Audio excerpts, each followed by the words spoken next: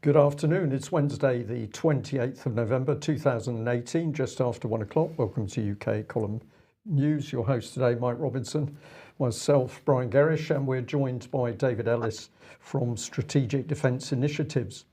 Ukraine, the coincidences keep building here. So we mentioned the fact that just at the end of last week, Britain, the Minister of War, Secretary of State for War, Gavin Williamson, was meeting up with his Ukrainian colleague, and of course they'd sent HMS Echo, or at least he had committed to sending HMS Echo to the Black Sea in 2019 to demonstrate the UK support for ensuring freedom of navigation.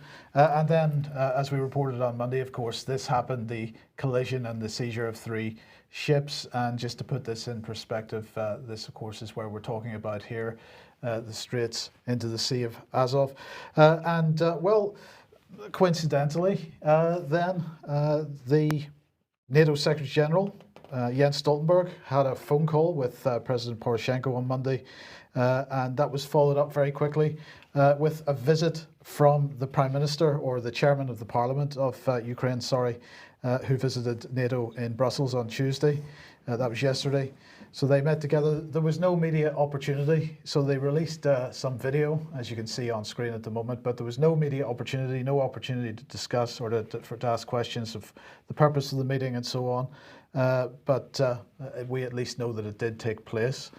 So that goes on. In the meantime, the rhetoric continues to build. So here's Edward Lucas. Now, Edward Lucas, of course, he has been mentioned in the Integrity Initiative documents that were leaked last week as being a member of the UK cluster. Formerly wrote for the Economist, and currently has a column on the Times. And here he is writing on the Integrity Initiative website: West is once again failing tests set by Russian aggression.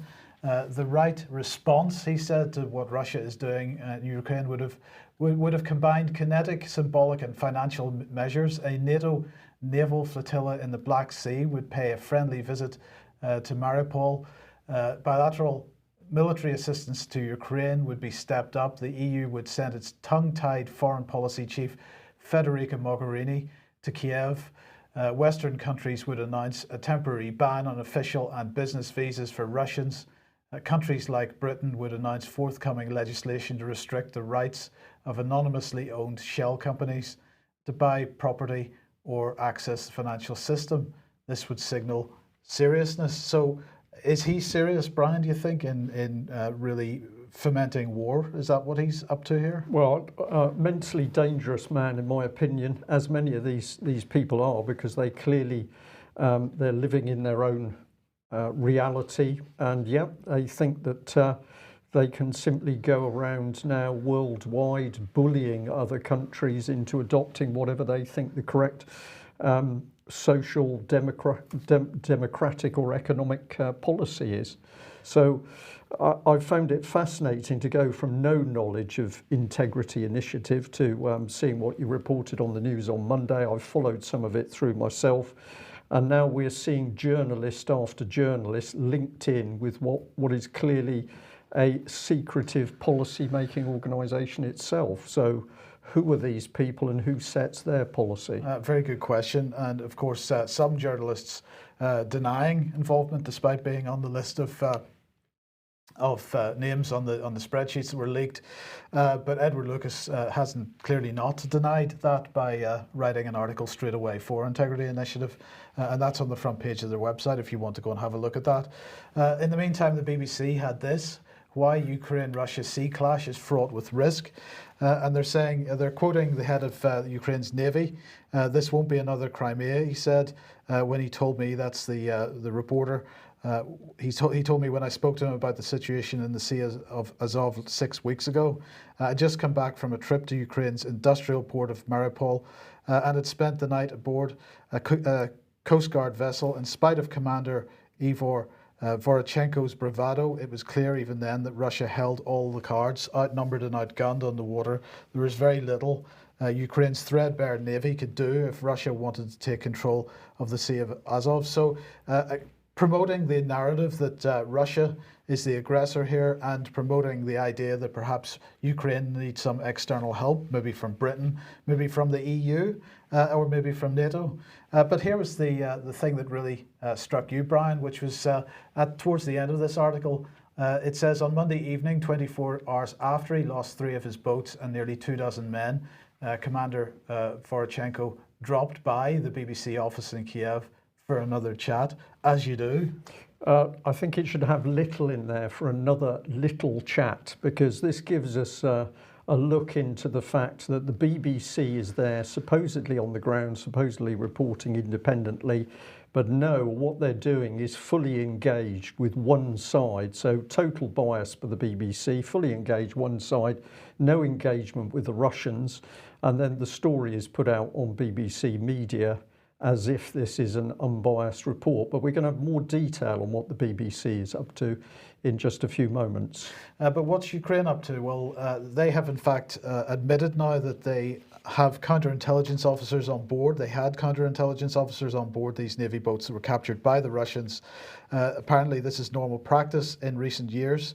So the head of the SBU, Security Service of Ukraine, according to this article in Union, confirmed the information about the SBU's military counterintelligence officers being on board the Navy boats attacked and seized by the Russian Coast Guards near the Kerch Strait on the 25th of November. Officers of the Ukrainian Special Service were carrying out tasks in the framework of counterintelligence support of the Ukrainian Navy unit as provided for by Article 12 of the Law of Ukraine. For more than 4 years, they say, of the Russian aggression, the Ukrainian military counterintelligence officers have been on board, have been on the forefront alongside their brothers in arms from the Ukrainian Armed Forces, the National Guard and the State Border Guard Service, and it will always be this way. So that maybe gives us an insight into where Ukraine sees itself at the moment. Indeed. Perhaps we should bring David Ellis in. David, what are your thoughts, to keep it simple? You're seeing, as we well know now, a massive machinery, lots of tentacles, lots of spin-off groups, heavily engaged in propaganda. And clearly that propaganda, wide open and blatant now, is pretext to war.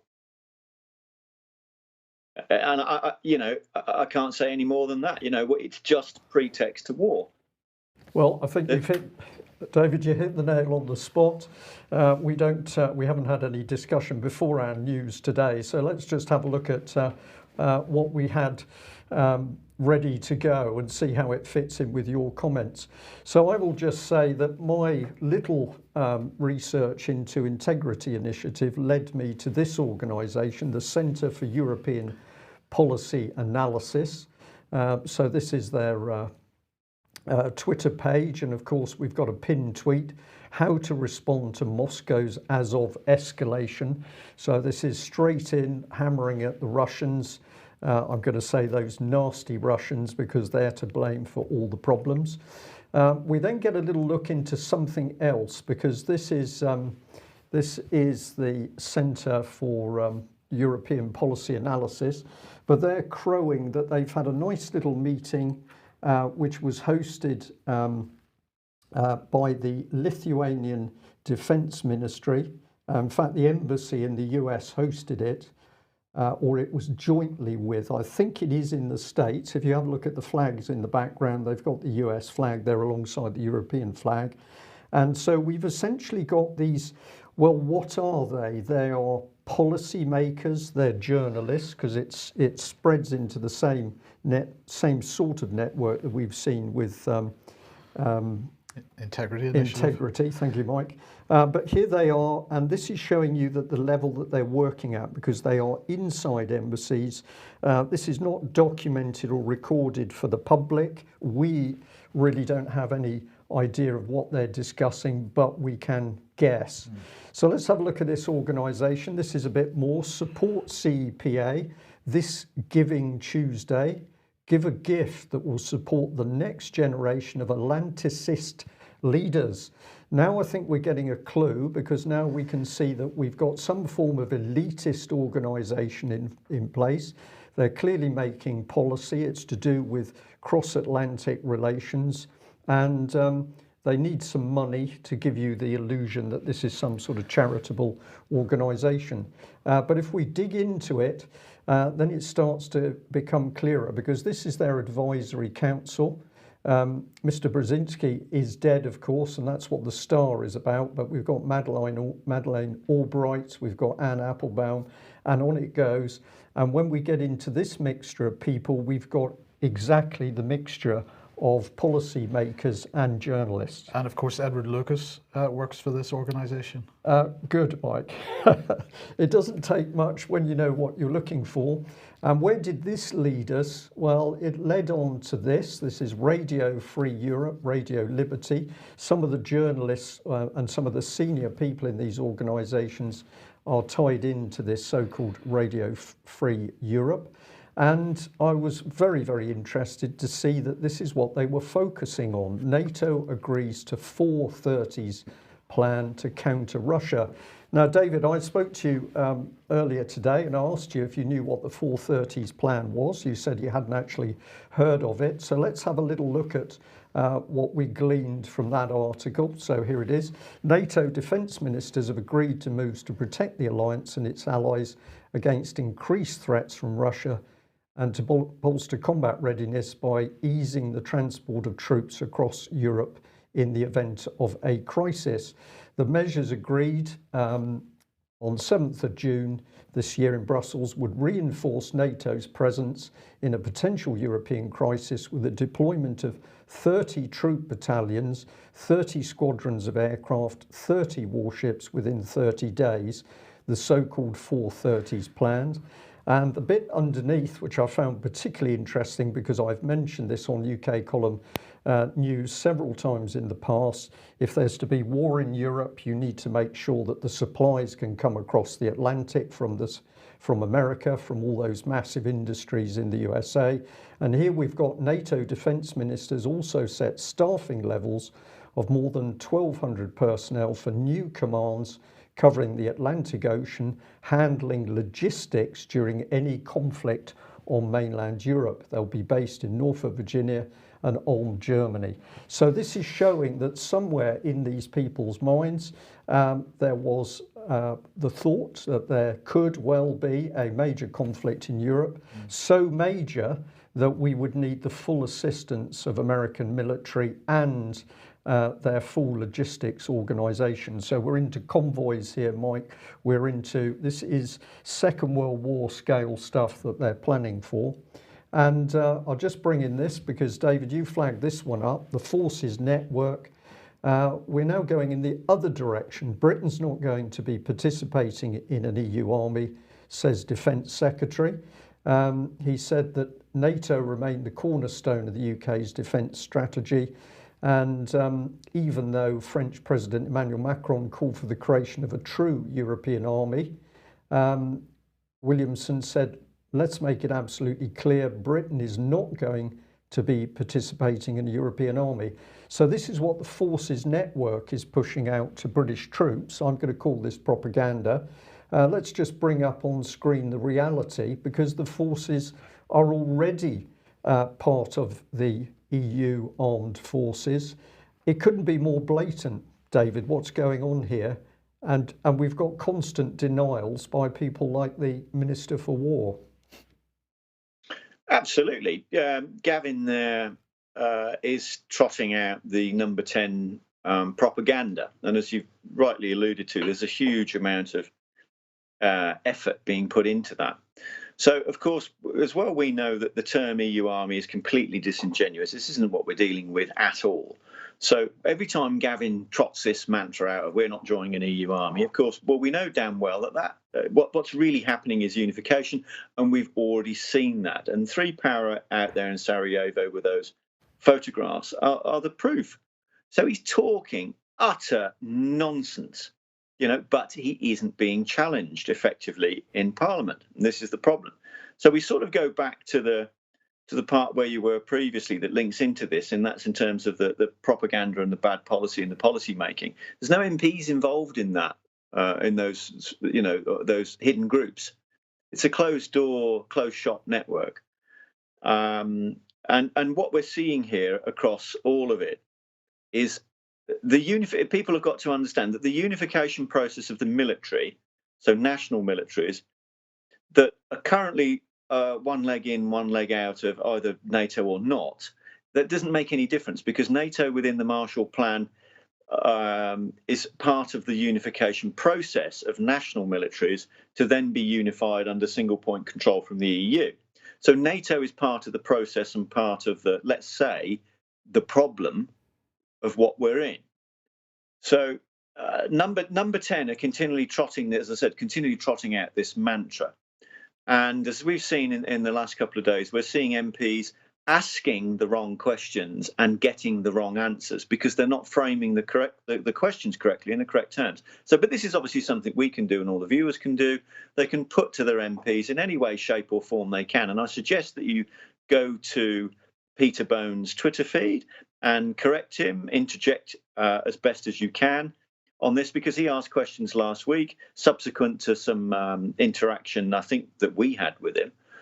I think that's probably was part of it, and we can do the same now with Marcus Fish. But the overall thing here that we're seeing with NATO is that people have got to understand it cannot be used as a crutch. It's part of the unification process, and we have to differentiate Her Majesty's Armed Services, our military, and NATO and EU. That NATO EU are really just a seamless part of the unification process, and that's the way that we need to properly sort of frame this problem. Okay, well, let's dig in a bit deeper, because of course if we've got trouble brewing in Eastern Europe, in Ukraine and other places, we need to come back to look at the BBC, which runs, of course, one of the biggest propaganda machinery in the world, 3.74 billion plus of money for British government propaganda purposes. So I found it very, very interesting that we see that back in 2005, the BBC was crowing that it had opened a new BBC monitoring bureau in Kiev.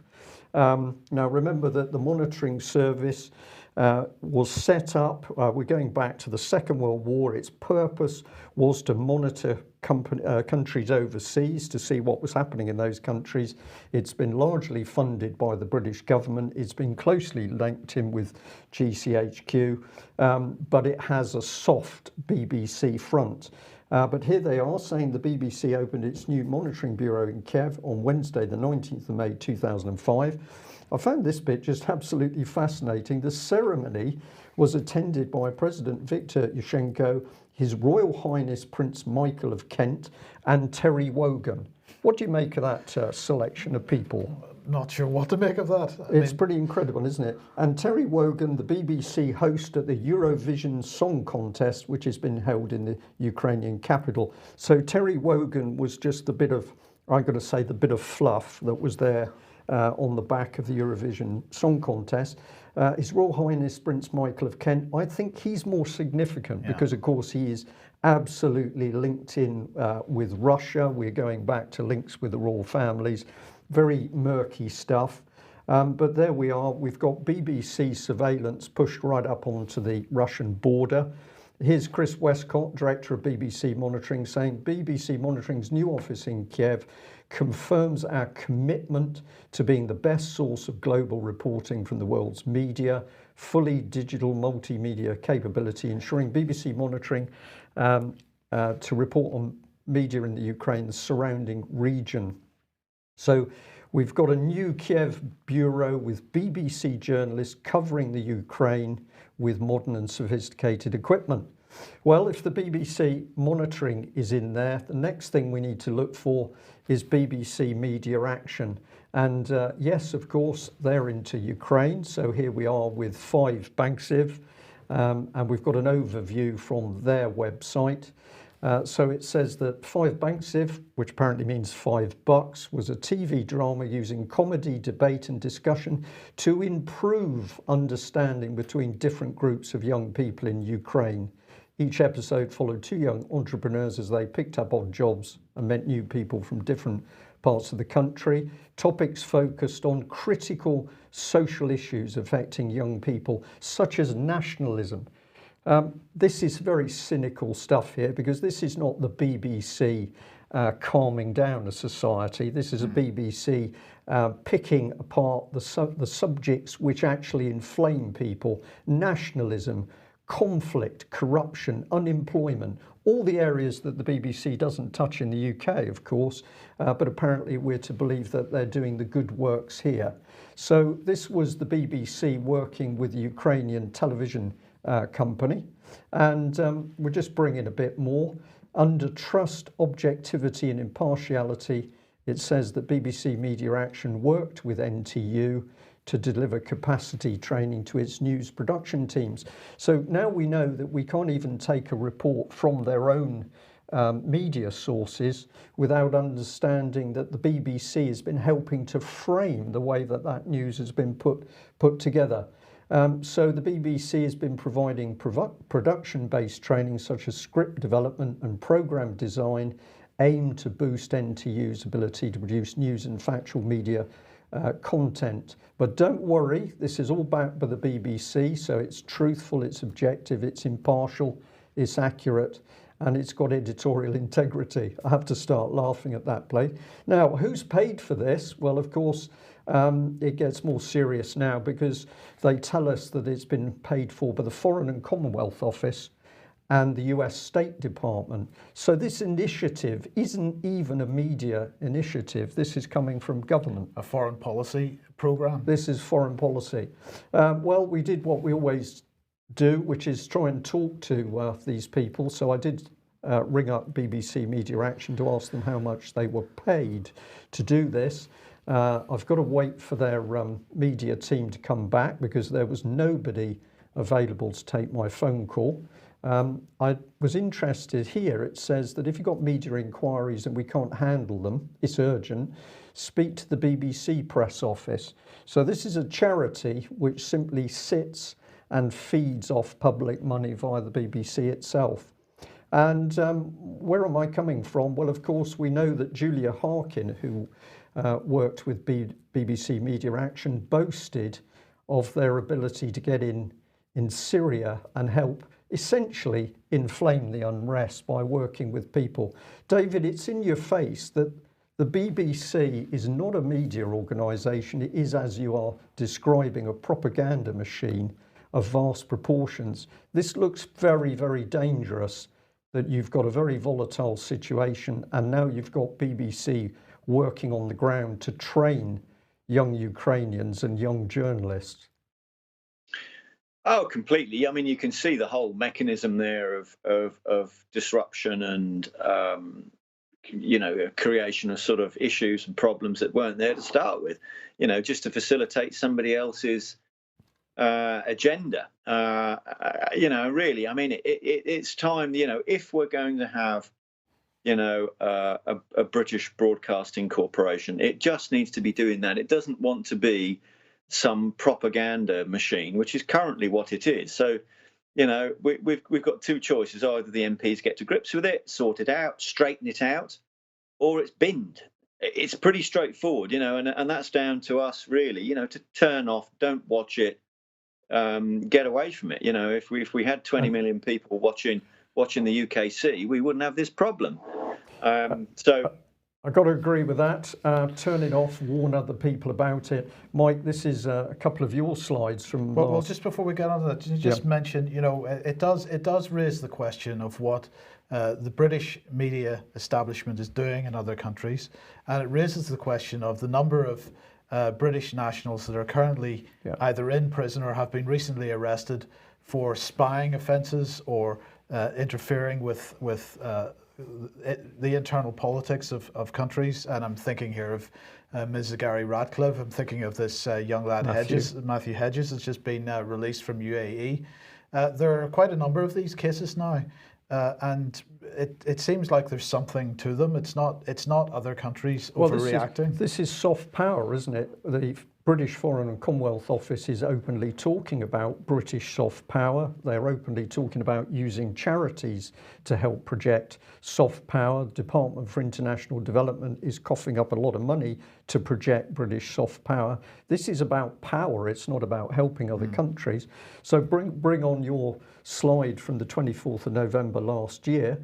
And this is what Theresa May was talking about. From agriculture in Ukraine to the technical sector in Belarus, there is a huge amount of potential in eastern neighbourhood that we should nurture and develop.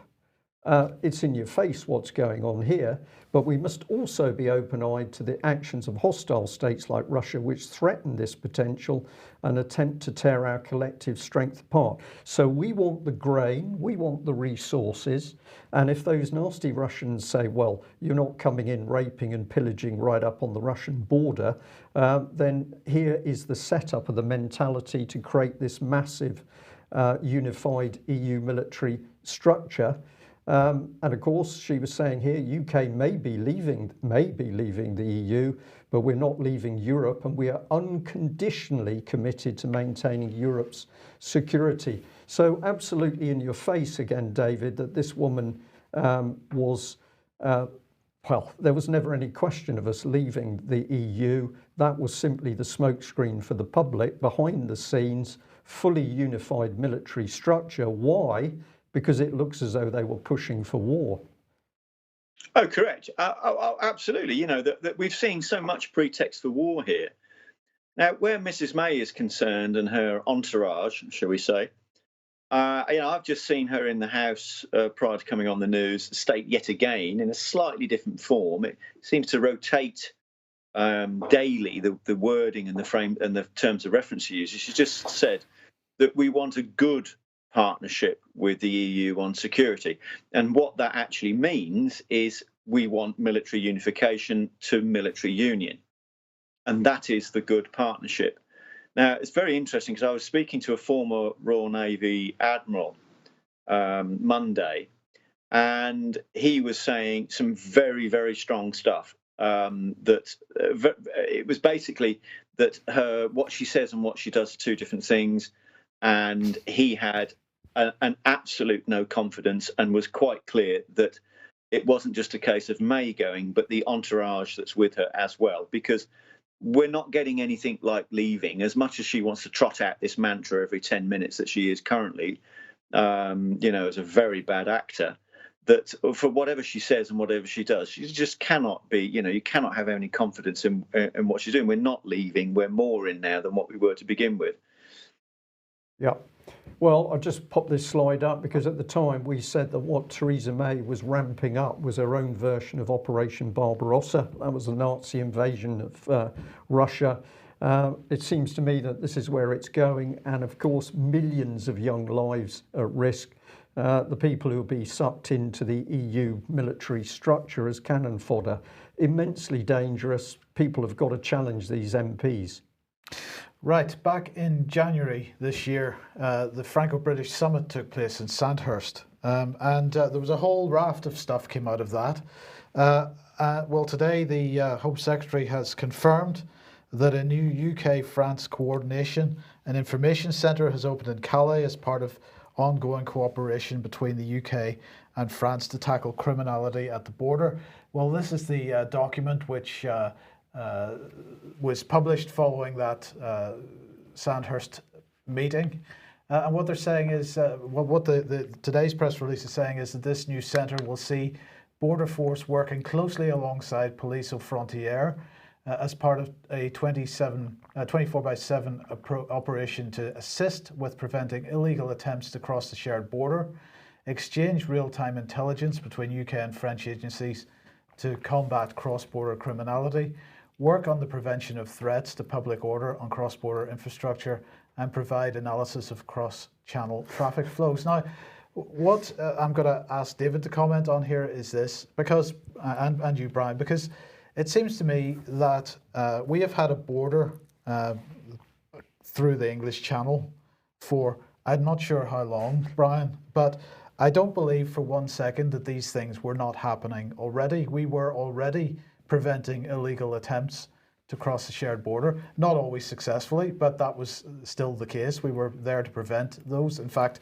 there were two separate forces, one on each side of the channel to do that. We were already exchanging real-time intelligence. We were already working on the prevention of threats to public order and cross-border infrastructure, and we were already providing analysis of cross-channel traffic flows. So the question then is, what is this about? And I'm going to suggest, David, to you that what they have done here is created a Franco-British border force. They're not calling it that yet. They're saying that it's merely cooperation. But this looks to me like a Franco-British border force in the making. And basically, nobody knows about it. It seems that way, Mike, doesn't it? I think you've got a really, really valid point. And if you look at the overall concept of unified military, unified police, unified intelligence, that would automatically come within you would automatically have unified coastal and border.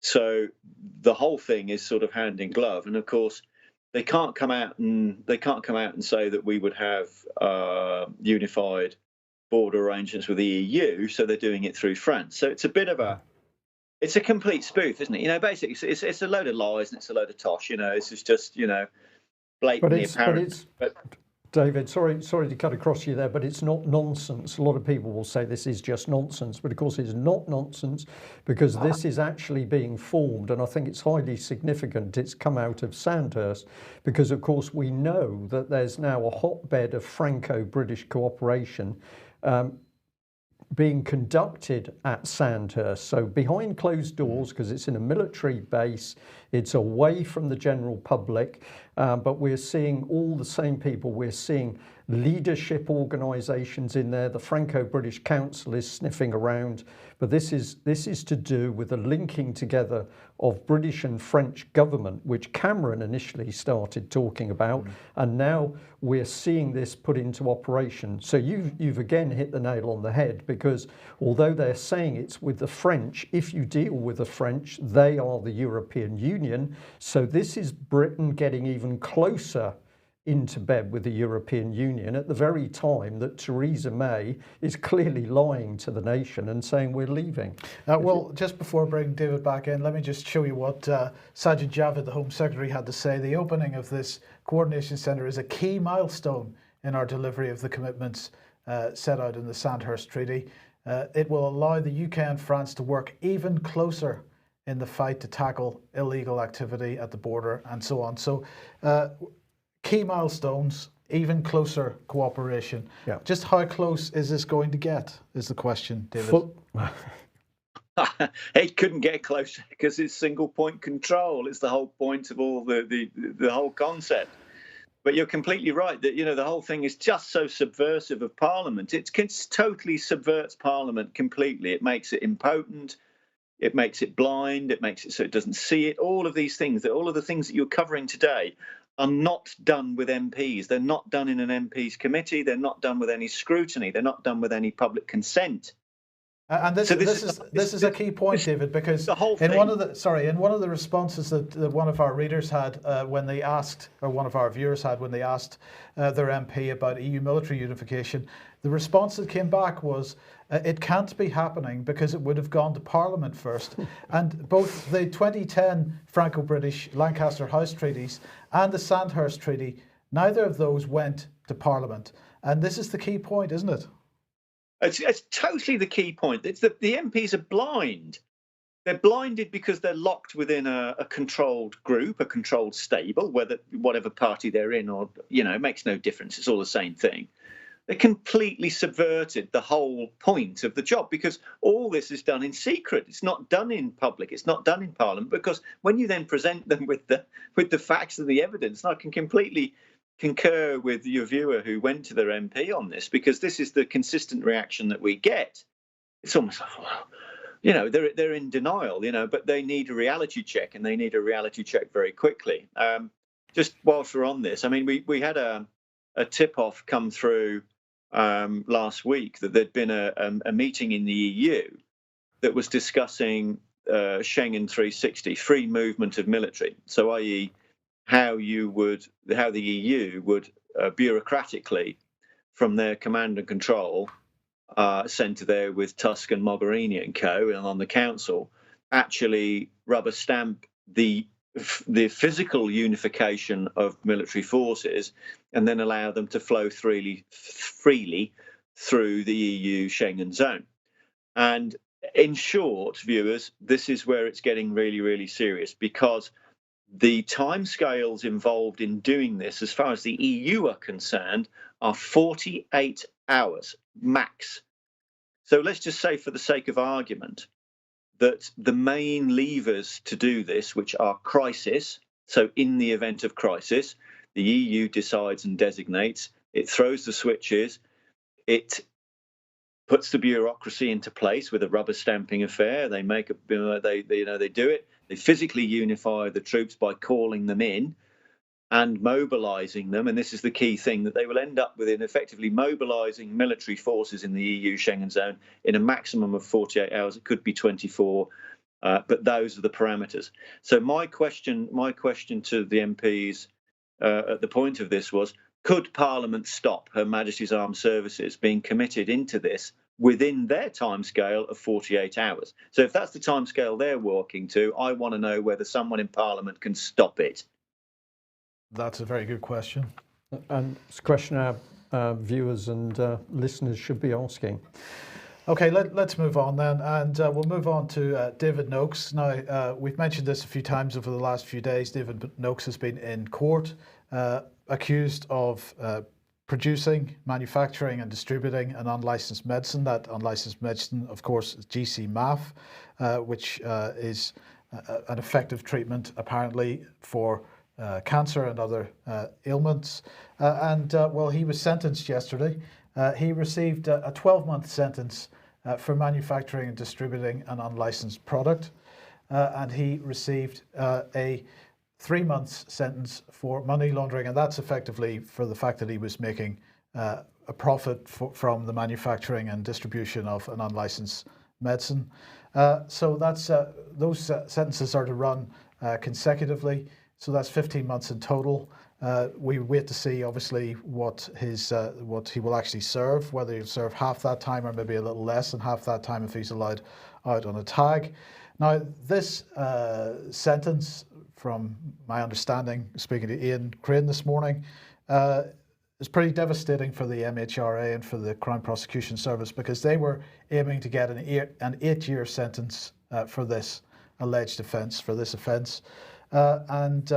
So what did the judge have to say? Well, he made it quite clear that GcMAF was not on trial. And he said, I believe the medicine GcMAF is and will be beneficial to people who need this treatment. So that was quite a statement from the judge.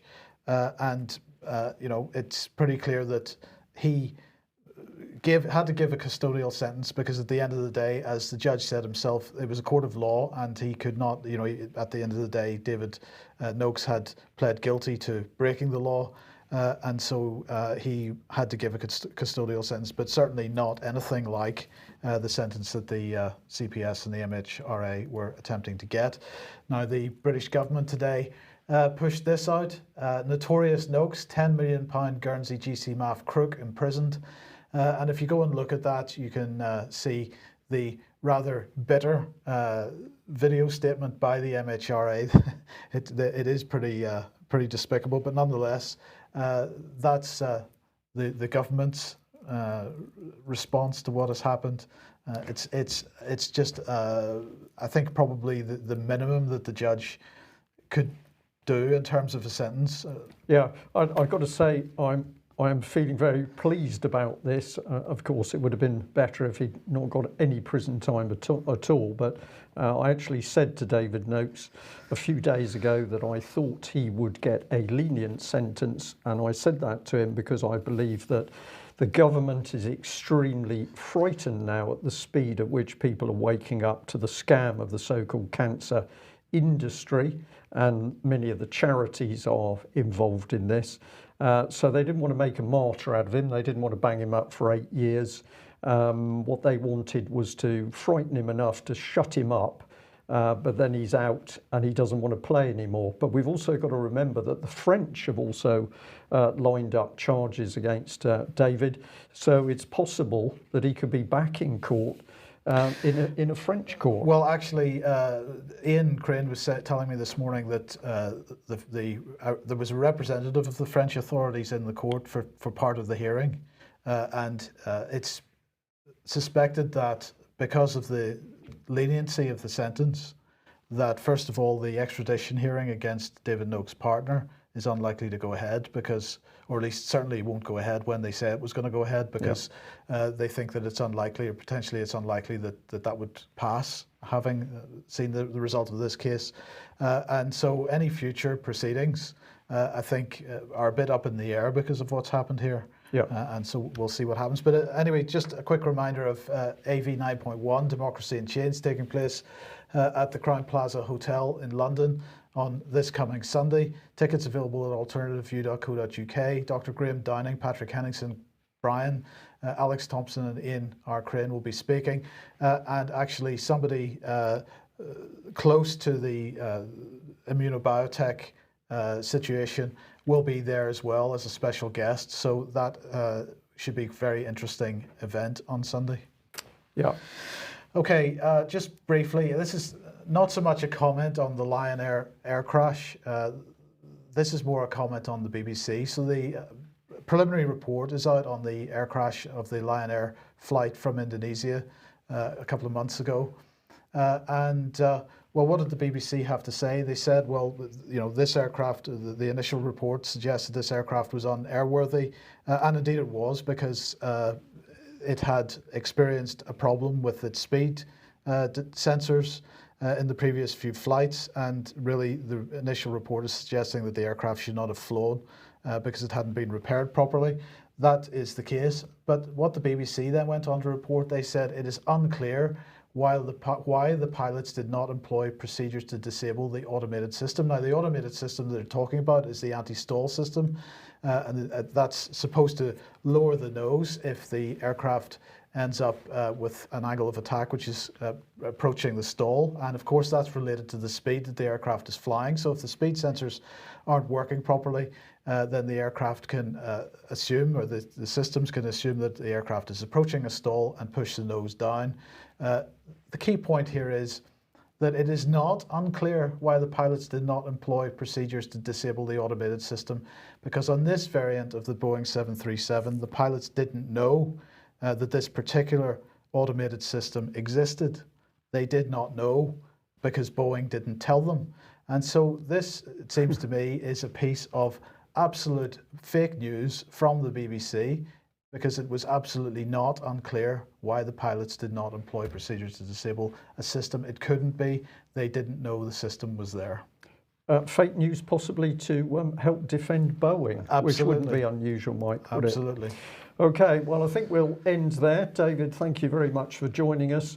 Very, very serious times indeed. We know that there are all these other subjects to be talked about: what's happening in the NHS, what's happening with elderly people, what's happening with children, what's happening with jobs and industry, the state of our roads.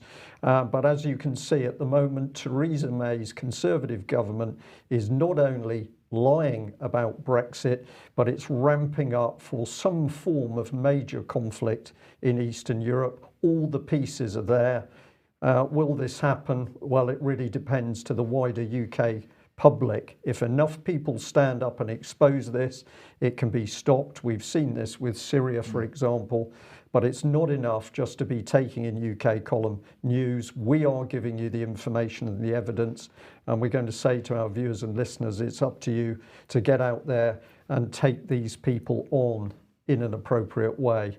We'll end on a positive note. Thank you very much to those of you who've made donations. We received 2 cards this morning with donations for the UK column, and big thank yous for what we're doing. Thank you very much, because that's a big boost for us. We'll be back at the same time on Friday. Bye-bye.